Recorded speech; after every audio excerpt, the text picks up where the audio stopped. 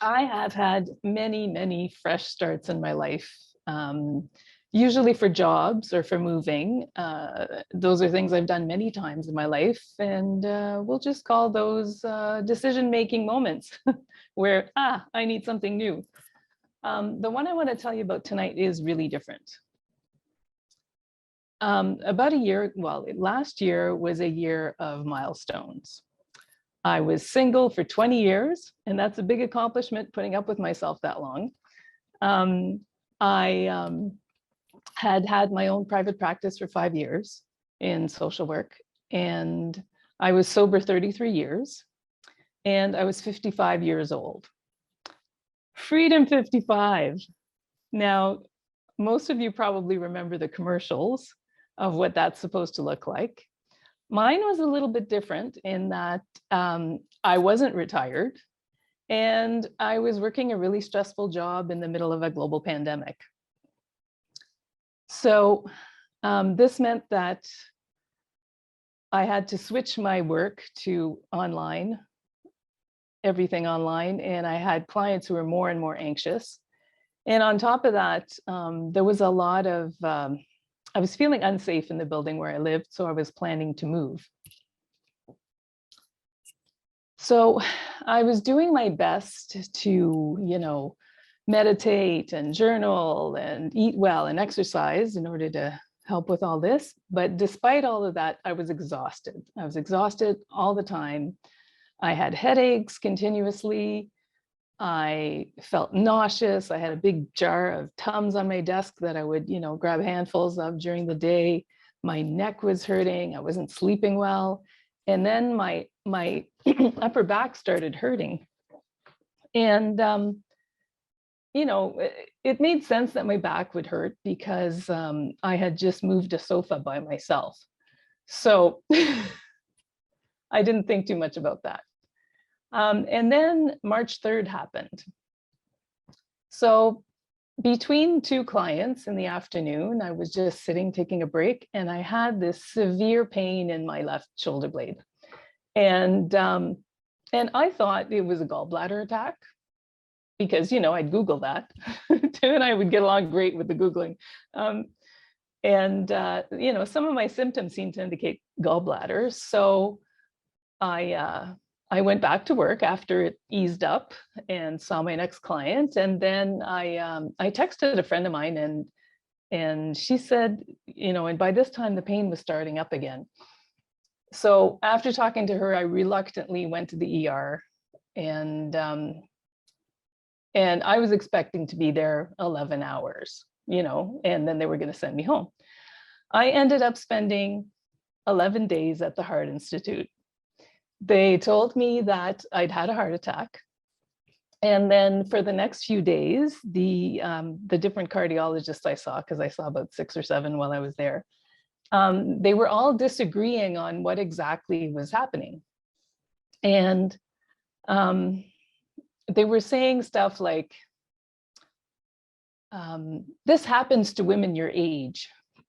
And your case is atypical. So, and then they started throwing words around at me like Takotsubo and Minoka and coronary artery spasm and microvascular dysfunction and ischemic injury. And no idea. And by the time I was discharged, they admitted that they still really didn't know what my condition was. So I went home to an apartment that my family and friends had moved me to while I was in the hospital. And I remember when they told me I was being admitted to the hospital, I wasn't feeling scared. I was feeling annoyed because I had to move. I had things to do, So I moved to this new apartment, and the fact that I didn't get to pack my own things and supervise even was really, really excruciating because I'm a little bit of a control freak. So I got home and I was still very weak and dizzy. I was in a 2-story apartment and I couldn't do anything for myself, basically. So I had to get people to be at my place when I showered, to prepare meals for me, to cook and clean, to take me to appointments, help me with my dog. And, asking for help had always been really hard. I've been looking after myself since I'm 8. So what happened then is that I was still having a really hard time. My condition wasn't well managed. I still had chest pain about 5 times a day, and went back to the hospital by ambulance 3 or 4 times. So what they still were doing more tests and changing my diagnosis and changing my medication.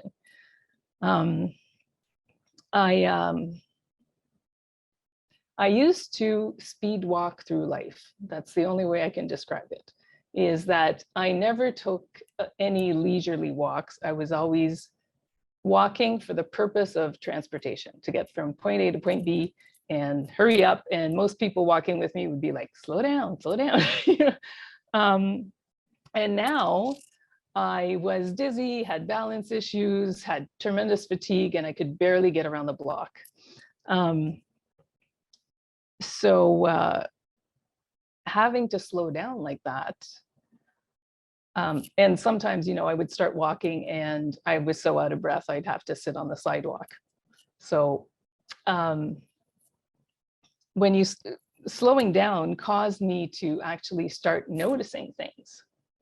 And it was the spring, so I was noticing all the different flowers in my neighbor's gardens, and I started noticing the birds and hearing the birds, and I would take tons of pictures and I would record the bird songs. And there's even one bird that I named. His name is Joey. He's a house finch. And I also started talking to the neighbors, at first because I couldn't walk fast enough to get away from them. But then, they were quite friendly. I started back at work in May, and I soon realized, even though my schedule was much reduced than what it was, I realized that it still was a lot, and I needed to completely change the way I was doing things. For the first few months, for the first 6 months or so, I would say that I was quite cheery and accepting, and everything's okay. But then come September, I went through a severe depression because I still didn't have a diagnosis, and my symptoms were coming back, and I was totally frustrated and discouraged and thought I was never going to be able to work again. But the doctors went through their list of everything they had eliminated. It's not this, it's not this, it's not this.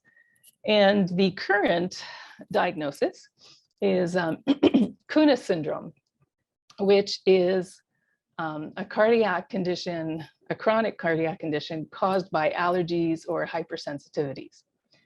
And I have no idea what that means for my life.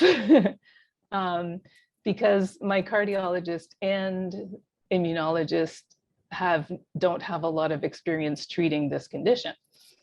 So, and I try not to look at academic journal articles because there are not a lot of them, and most of them refer to, angina, which is fine. I know that one well. I carry around my nitroglycerin. But also heart attacks, congestive heart failure, and sudden death. And I'm like, okay, let's not read that.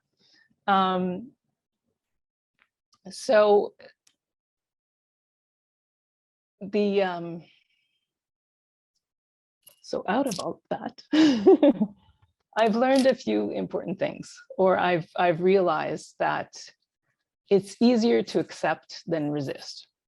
that, when things were happening to me and my sister said, well, doesn't it bother you? And why aren't you mad? And I thought, I don't have the energy to be mad. I don't have the energy to fight something I can't control. And that was the biggest thing, is that I can't control this. I learned a long time ago about living one day at a time. But this time I really have to. It's I don't have a choice. I have no idea what tomorrow looks like. My community is really important to me. I had the support of friends and family. I've become quite close with my sister, which I was completely unexpected. And I don't, I've realized that even pleasant activities, if I do too much of them, can knock me down for like 3-4 days. So I choose what I do.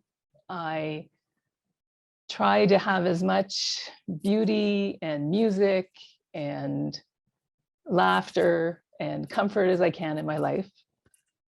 I don't do anything I don't want to do.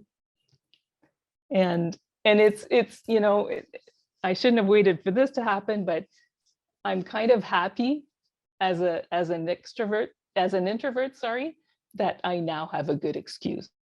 Because before I'd feel bad, oh no, I don't want to go. But now it's like, no, I can't. And I try to avoid, people, and not in general, but people, places, and situations that cause me stress. New Year's Eve, a friend of mine and I decided to gift each other with a word to accompany us through the year. So I gifted her with confidence, and she gifted me with freedom. And although I have no idea what life is going to look like, and I'm sure that if I continue to keep the important things in mind, I'm going to find a different freedom than I wasn't expecting. So that's it. Thanks.